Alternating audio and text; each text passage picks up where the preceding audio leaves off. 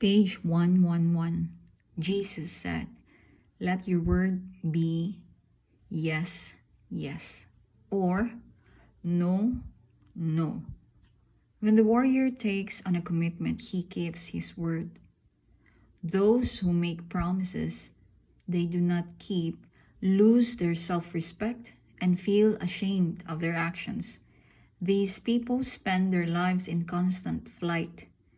They expend far more energy on coming up with a whole series of excuses to unsay what they said than the warrior of light does in honoring his commitments. Sometimes he too takes on some foolish commitment, which will in some way harm him. He does not repeat this mistake, but he nevertheless keeps his word and pays the price for his own impulsiveness. Page 112. When he wins a battle, the warrior celebrates. This victory has cost him anxious moments, nights racked with doubt, endless days of waiting. Since ancient times, celebrating a triumph has been part of the ritual of life itself. Celebration is a rite of passage. His companions see the warrior of light's joy and think, "Why is he doing that?" He might be disappointed in his next battle. He might draw down on himself the wrath of his enemy. But the warrior knows why he is celebrating. He is savoring the best gift that victory can bring, confidence. He celebrates yesterday's victory in order to gain more strength for tomorrow's battle. Page 113. One day, for no apparent reason, the warrior realizes that he does not feel the same enthusiasm for the fight that he used to. He continues to do what he has always done, but every gesture seems meaningless. At such a time, he has only one choice: to continue fighting the good fight. He says his prayers out of duty or fear or whatever, but he does not abandon the path.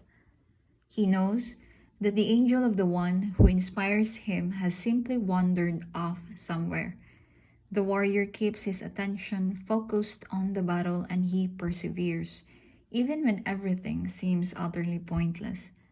The angel will soon return, and the merest flutter of his wings will restore the warrior's joy to him.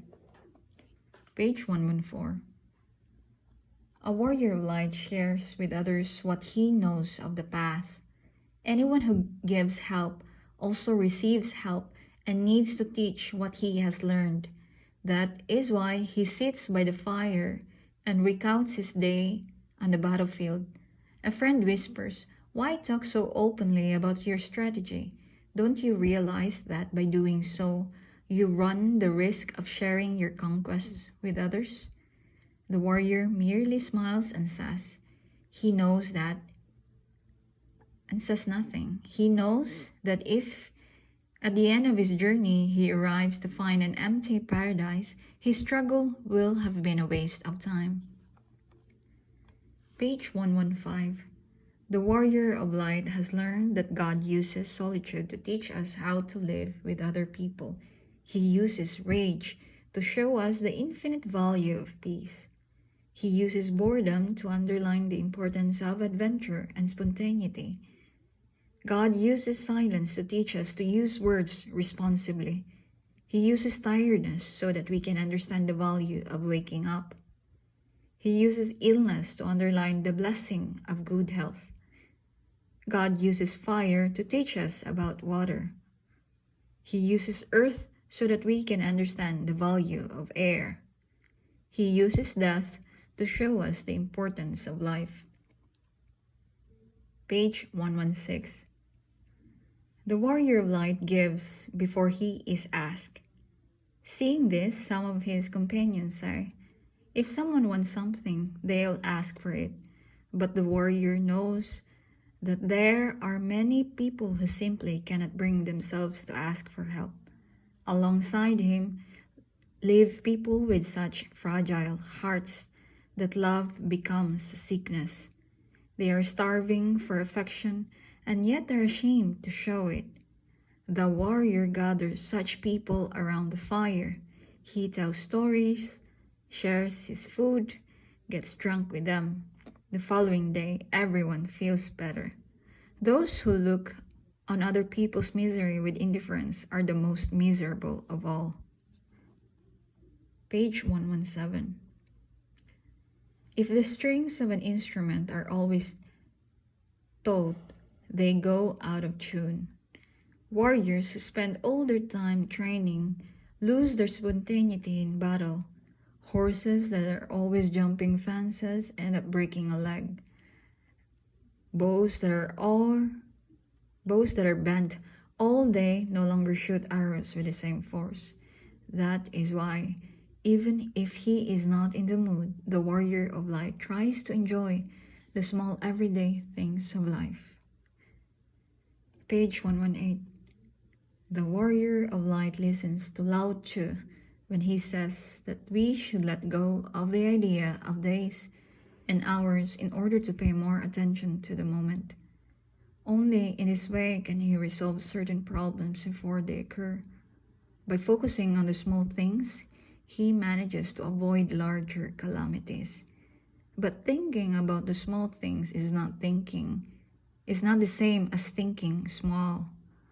Over-anxiety ultimately banishes every trace of joy from life. The warrior knows that a great dream excuse again. But thinking about the small things is not the same as thinking small. Over-anxiety ultimately banishes every trace of joy from life. The warrior knows that a great dream is made up of many different things, just as the light from the sun is the sum of its millions of rays. Page 119. There are times when the warrior's path becomes merely routine. Then he applies the teaching of Rabbi Nachman of Breslov. If you cannot meditate, you should repeat one simple word, because this is good for the soul. Do not say anything else. Just repeat the word over and over innumerable times. Finally, it will lose all meaning, but take on an entirely new significance. God will open the doors and you will find yourself using that simple word to say everything that you wanted to say. When he is forced to perform the same task several times, the warrior uses this tactic and transforms work into prayer. Page 120. A warrior of light has no certainties. He just has a path to follow, a path to which he tries to adapt depending on the season.